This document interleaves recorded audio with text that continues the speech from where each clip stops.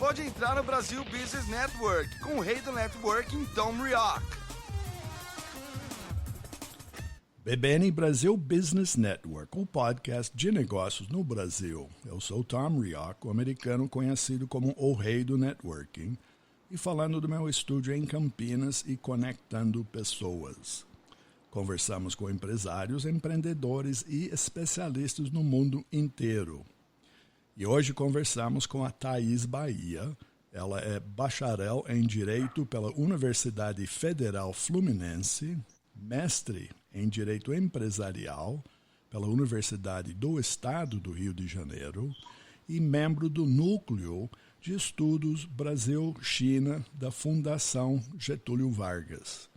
Eu e Thaís encontramos e conhecemos no LinkedIn. É uma busca que eu fiz sobre a China.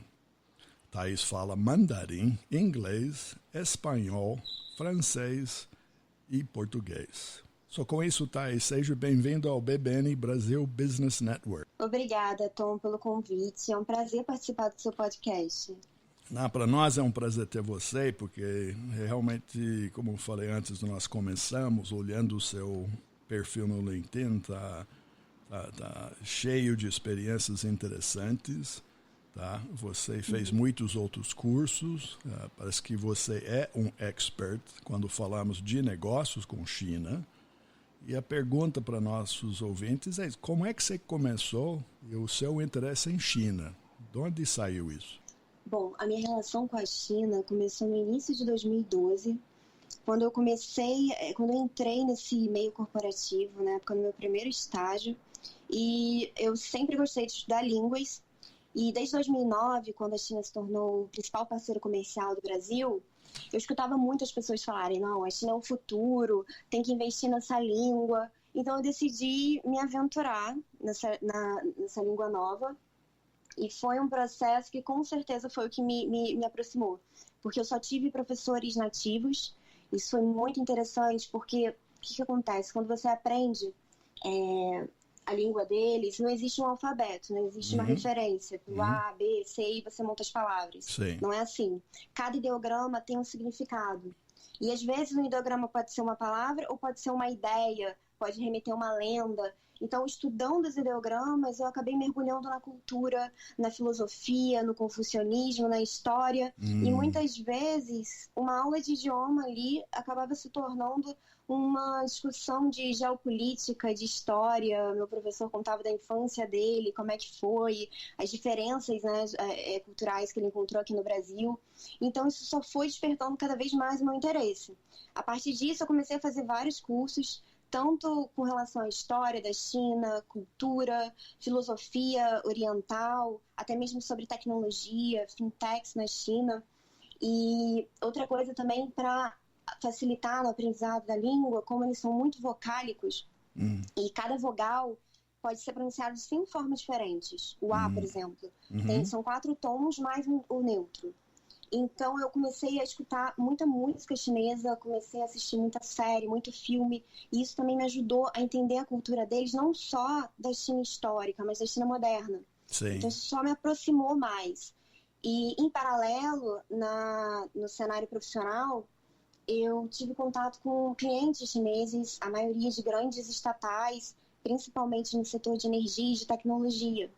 Então, eu sempre tive muita curiosidade, sempre perguntei muito, e por isso que aprender a etiqueta corporativa com os chineses acabou sendo um processo natural. Sim. E muito prazeroso para mim, porque é realmente muito diferente você fazer negócios com os chineses, porque o Brasil, a gente tem um histórico de 70 anos de parceria com os Estados Unidos. Sim.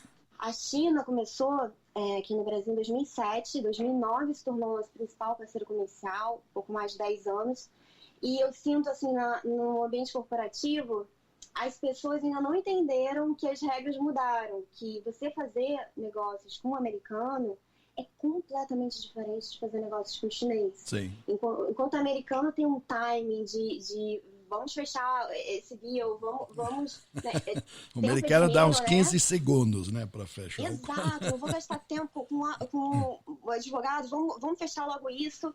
O chinês é diferente, o chinês ele é desconfiado, ele quer construir uma relação, ele quer te conhecer. Então ele vai fazer perguntas pessoais, ele vai querer beber junto, vai querer beber o baijiu, que é a bebida dele, junto. Sim. E os acordos vão demorar mais para serem fechados. É diferente, você tem que entender isso. Por isso que eu insisto muito assim, na questão da cultura, que foi uma coisa que eu venho estudando muito e eu tenho muito interesse, porque essa é a primeira etapa. Não adianta você querer falar de economia, de política, nas relações Brasil-China, se você não passar no primeiro desafio lá atrás, que é a barreira cultural.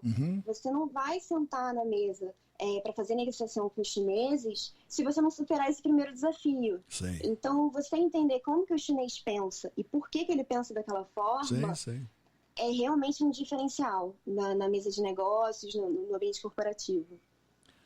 Eu tenho um exemplo real que você falou, é verdade. Isso é muitos anos atrás, acho que 1980, por aí.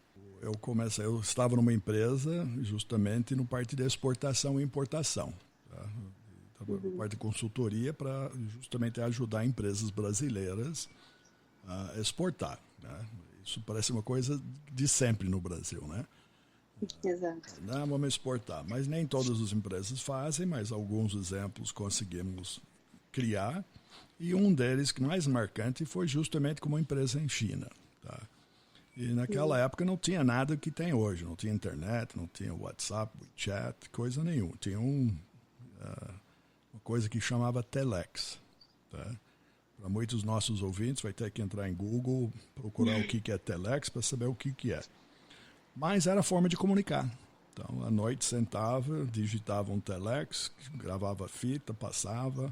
Primeiro eu achei, né, fomos achados por essa empresa chinesa, que eles eram importadores de pedras semipreciosas, né, mais especificamente ágata, que é uma pedra bruta, né, que eles importavam e vendiam lá em China e faziam uma série de coisas. Mas o trabalho que conseguimos fazer, e levou tempo, que você falou de paciência, era um vai e volta de comunicação que levou meses, né? Mas de estabelecer, de entender o que eles estavam querendo, como queria, eles explicando que já importaram do Brasil, já tiveram alguns exemplos não sucedidos, né, de pessoas não mandar a qualidade que eles tinham acordado, coisas assim. Mas, no fim, o que foi? O meu trabalho foi justamente, na base, vamos chamar de confiança, eu me tornei a pessoa que ia lá verificar cada embalagem de cada tambor antes de entrar no container, para embarcar. E assistia até fechar a porta, lacração do container, tirava foto, naquela época era um foto, não digital, revelava e mandava essas fotos para eles, né? Número de container, tudo, etc. Para eles terem certeza que eles estavam comprando, de fato, iam receber. Mas isso levou tempo, todo esse envolvimento, né? Acho que para chegar nos primeiros pedidos, tudo, etc., acho que levou um ano de voltar, até chegar o container lá, até ver que está tudo certo, até repetir. Estamos falando coisa de 3 anos, né? Mas que deu certo. Mas, de fato, até para mim, que sou americano, é de aprender a paciência. Exato. Né? E aprender uma forma de comunicar e ser também objetivo. Eles são também objetivos na forma de comunicar. Né? Tá? Também pelas dificuldades da língua toda. Então, é bem focalizada. Mas tem sucesso. E hoje tem muito mais oportunidade de sucesso, né? Sem sombra de dúvidas. A gente tem, com essa parceria, a gente tem várias possibilidades e para vários perfis de empresário. Porque às vezes a gente acha que o Brasil ele tem esse perfil, né, de grande exportador de commodities agrícolas. Recentemente teve até a notícia do melão, né, que a China autorizou. A gente contou que foi no final do ano a China autorizou a gente exportar melão para eles. Isso, é claro, é muito positivo, até porque a China representa metade da produção mundial. Se a gente conseguir pegar 1% dessa parcela, significa que a gente consegue dobrar a nossa exportação de melão. Mas, de qualquer forma, também já está no momento do Brasil ir para o próximo nível, né? Deixar de ser só um exportador de commodities e também aproveitar outros cenários dentro do potencial dele. Sim. E quando a gente fala de relações Brasil-China, a gente fala de outros setores que as pessoas nem imaginam. Por exemplo, a questão que eu falo muito, a questão do cinema e do futebol. No ano passado já tiveram 2 eventos, com a presença inclusive do cônsul aqui do Rio, com empresas chinesas vindo mostrar o trabalho delas e falando, nós queremos, sei lá, parcerias com o Brasil. E o mercado do futebol, por exemplo, a gente está numa fase que está sendo discutida o projeto de lei do Clube Empresa. Foi agora aprovado na Câmara, vai para o Senado, e isso significa uma grande possibilidade de assim, abrir o mundo do futebol para investimento, principalmente estrangeiro. Sim. E os chineses estão aí, eles estão investindo. Ano passado, o Botafogo recebeu investimento de fundo chinês, tem clubes no interior de São Paulo, já selaram parcerias, foram comprados por chineses. A própria CBF, ano passado, fechou um acordo com uma empresa chinesa. E fora e-commerce, por exemplo, é um outro setor que envolve também empresários de menor porte, né? Não são só aquelas grandes empresas de setor de energia, por exemplo. Na China, eles têm o Dia do Solteiro, que é o 11 de novembro, que é o Black Friday chinês. Sim, sim. E no dia desse Black Friday deles, o Alibaba, ele vende mais do que o e-commerce brasileiro vende no ano inteiro. Sim. Ou seja, olha a possibilidade, né, para o empreendedor brasileiro explorar o e-commerce, que é uma coisa, dependendo do seu negócio, muito mais rentável, muito mais possível, né, viável. E temos vários outros setores. Café é um setor que a gente podia explorar mais. O chinês, ele criou o chá, ele tradicionalmente bebe muito chá, mas cada vez mais, pela questão da globalização, ele vem bebendo muito café. A gente tem a Starbucks, que é um grande caso de sucesso na China. Não, eu vi recentemente, acho que isso tem, 3 mil lojas Starbucks em China. Os números são assustadores. Não, estou falando, exatamente, não é algumas lojas, né? Não, e a maior Starbucks do mundo fica na China, é uma loja enorme, e recentemente entrou a Luckin no mercado chinês, que foi uma grande concorrente, né, para a Starbucks. Sim. Mas dá para a gente ver um cenário aí de grandes possibilidades, porque a gente tem tradicionalmente um ótimo café, é bem visto lá fora. Você vê assim, séries chinesas, quando eles estão conversando num café, tem um quadro do lado escrito Café Brasil e tocando bossa nova. Bom, dia que dá vontade lá de comer pão de queijo, aí acabou aqui, né? O pior é que tem brasileiro vendendo pão de queijo lá. Você consegue achar pão de queijo na China. Não, mas é isso que eu acho. Acho que vamos chamar essa parte de China moderno, né, atual, que é muito mais moderna em aspectos até daqui no Brasil. Com certeza. Eles têm esse olhar para novidades, para culturas. Da mesma forma que estamos falando deles, eu vejo que eles também falam. Assimilam, né, consomem. Querem, viagem muito, parte do turismo do chinês é impressionante, é fantástico. Sim. E nós estamos falando de 1 bilhão e 400 milhões de pessoas, é mais ou menos 7 Brasis. Né? Exatamente. Então, a sugestão, para você, Thais, que obviamente um país desta dimensão, com essa quantidade de gente, é possível pegar um pedacinho e trabalhar um pedacinho para a empresa brasileira ou a empresa pequena? É possível e é necessário. Eu insisto muito nessa bandeira. A gente tem que explorar mais essa oportunidade. O chinês está aqui, ele quer estreitar os laços, e não é só com os chineses vindo aqui, adquirindo empresas, ou até eles estão agora investindo no setor de Greenfield, que são os projetos que começam do zero, mas é também o brasileiro lá na China. Sim. A gente tem um caso, por exemplo, tem franquias brasileiras de odonto que estão fazendo sucesso na China. O próprio Ronaldo Fenômeno, ele tem uma franquia de escolinha de futebol na China. Então, assim, é um mercado que está sendo pouco explorado, tem um potencial muito maior, e a gente tem que tirar essa ideia de que isso é só para os grandes empresários, para as grandes empresas. Tem mercado para todo mundo, é realmente muito diversificado. Tá. Agora, você profissionalmente, você dá orientação jurídica, tanto para o chinês que quer vir para cá, quanto o brasileiro que quer ir para lá, é isso?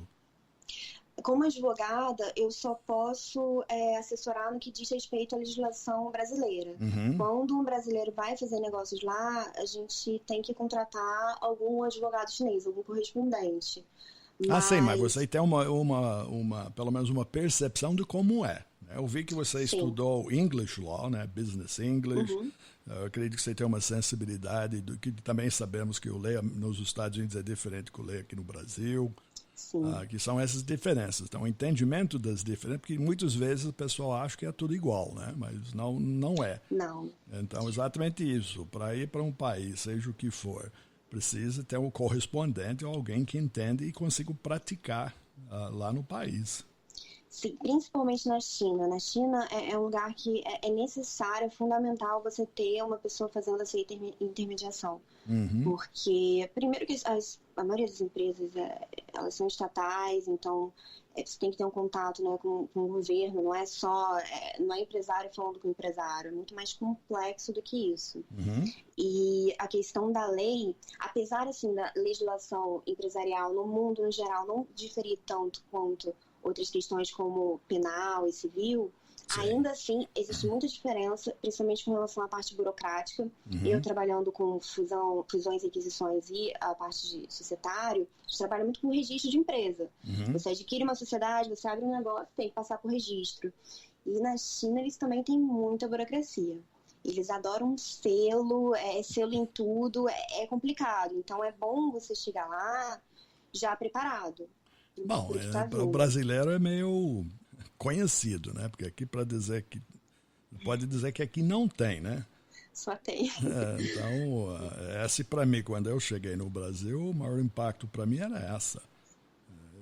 Muitos anos, mas eu não acreditava que para ter um papel, que tem que ter um carimbo de alguém, e muitas vezes aí tem que ter um selo em cima desse carimbo. E a pessoa aqui em São Paulo que vendia o selo era pipoqueiro na frente do lugar. Então eu falei, não estou entendendo, você tem que ir lá, pipoqueiro, ele tem os selos. Vai comprar o selo, vai trazer o selo, vai pôr aqui, alguém vai carimbar para dizer que esse papel é verídico. Nossa, que legal. Mas era assim, então... Aqui, pelo que eu vi, não sei se é verdade, diz que só tem 2 países no mundo que tem cartório, um é aqui e outro é Portugal. Então, e a gente foi colônia, então isso explica muita coisa. Então esse país, quando se fala burocracia, os outros países podem ter, mas igual ao Brasil, não sei. Mas vamos mudar assunto um pouco. Vendo o seu LinkedIn, eu vi também, que me impressionou, você até ganhou um prêmio numa competição de fotografia. De uma foto que é China Through My Lenses. O que é isso? Isso, foi um concurso que foi organizado pela Embaixada Chinesa aqui no Brasil, no ano passado, em 2019. E eu enviei, bem despretensiosa, uma foto de uma viagem que eu fiz no ano passado. Eu fui à China, eu fui a Beijing, Xi'an, onde tem os Cavaleiros de Terracota, Guilin e Shanghai. Essa foto foi tirada em Guilin, que fica na província de Guangxi. Na verdade, a foto é de Yangshuo.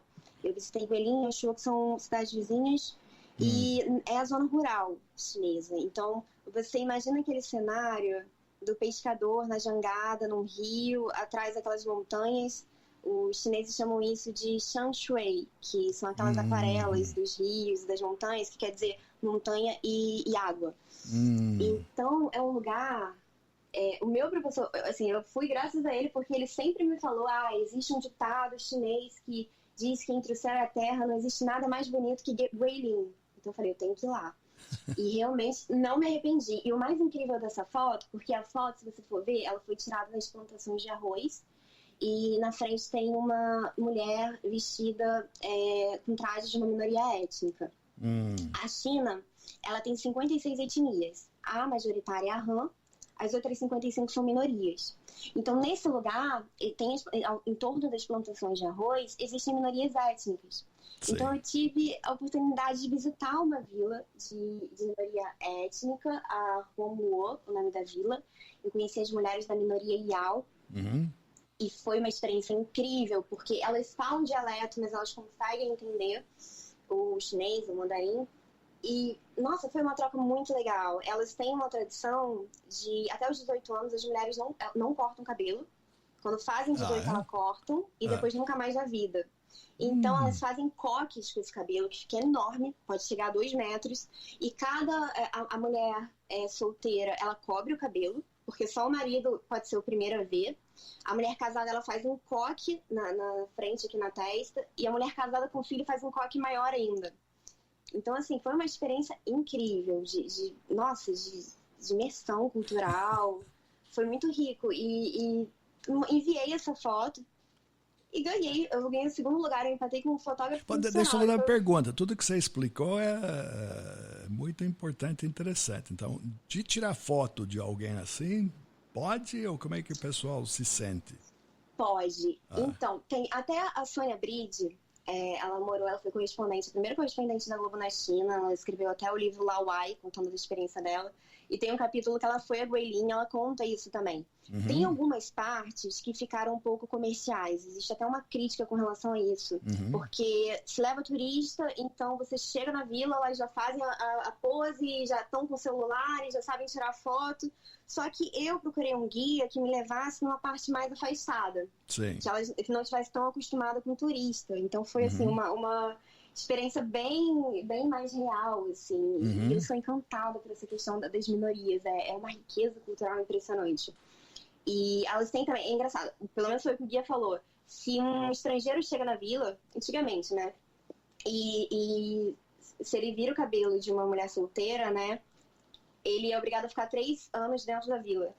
Porque só o marido que pode ver, né, então o estrangeiro ficava ali 3 anos na vila e depois era liberado. Complicado, hein? Exato. Mas foi uma experiência muito legal. Deixa eu aproveitar.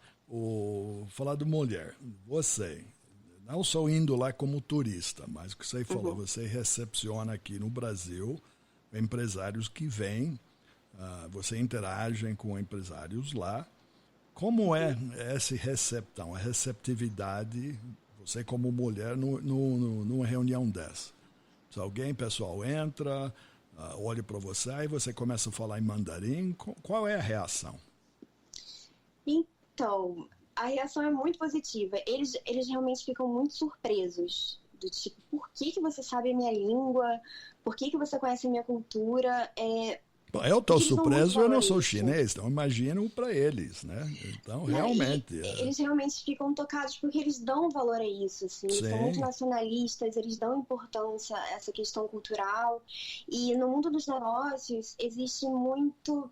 A barreira cultural é muito grande, existe muito preconceito, fundado, né, no que a gente chama de orientalismo, que é aquela visão do Oriente totalmente pautada em vieses eurocêntricos. Uhum. E é muito complicado, assim. Eu já ouvi coisas no meio, assim, de várias partes, de vários contextos, e as pessoas... O brasileiro tem muita dificuldade o ocidental, né, de lidar com o oriental. Acho que agora, essas semanas, com a questão do coronavírus na China, a gente tem ouvido muito comentário de xenofobia, de preconceito mesmo com o chinês. Você vê as reportagens, além das fake news, ainda que a reportagem seja verídica, se você comparar um jornal chinês com um jornal ocidental, a forma o tom como se coloca, né, a notícia é muito diferente.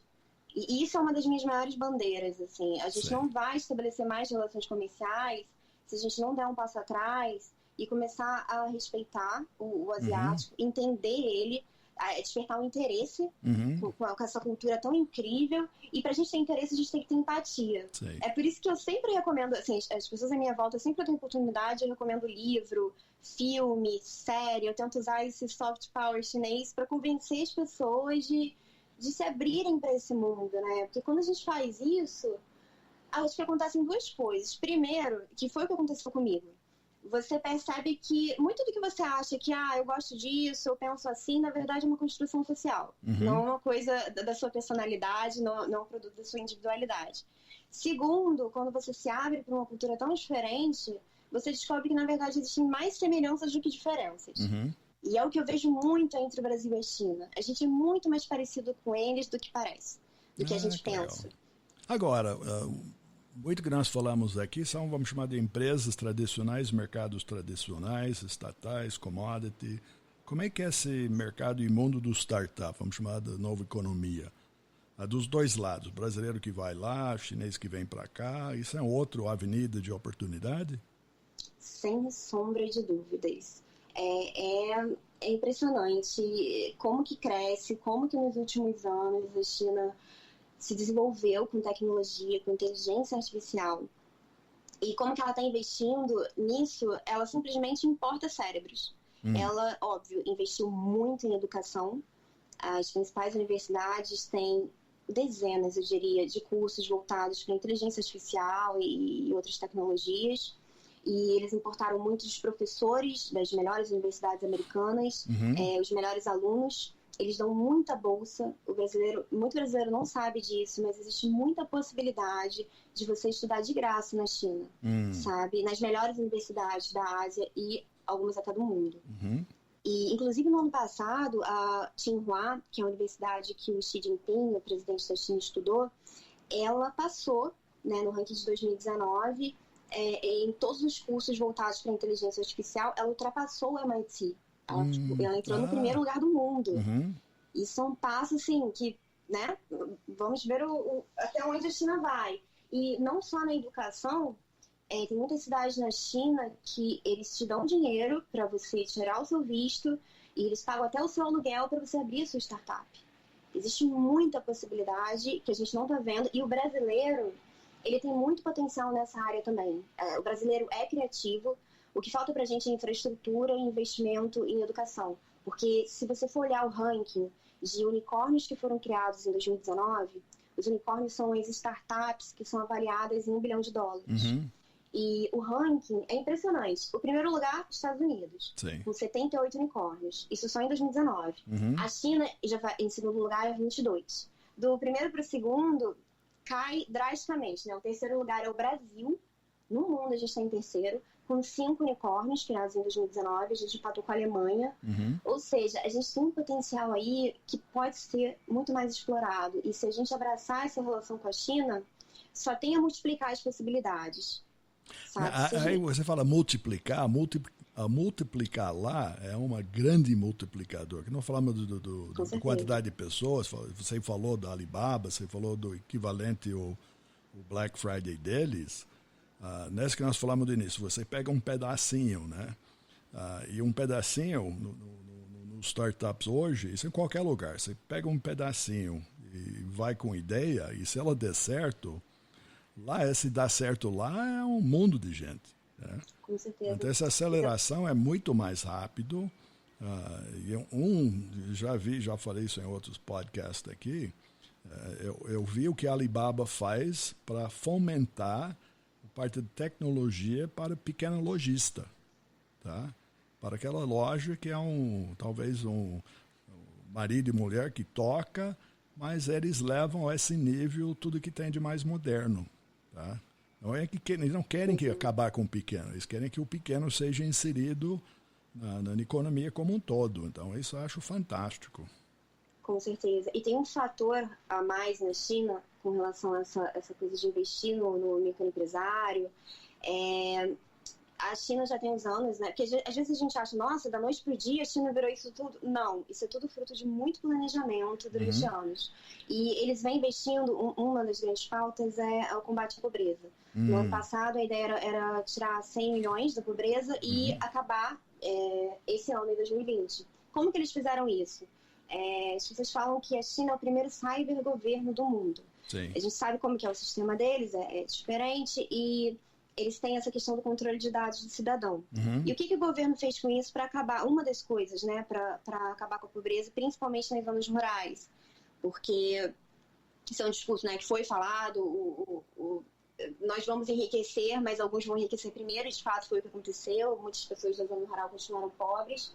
E para resolver isso, o governo, junto com empresas como a Alibaba, empresas de tecnologia, trouxe a internet, os sites, o e-commerce, para as zonas rurais e usando a questão também na questão da plantação, ajudando o pequeno agricultor a diversificar a plantação de acordo com previsões meteorológicas, usando a tecnologia a favor do cidadão. Sim, e tirando as pessoas da pobreza. Favor.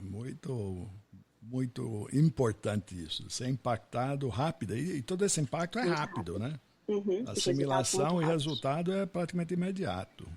Exatamente, assustador. Muito bom.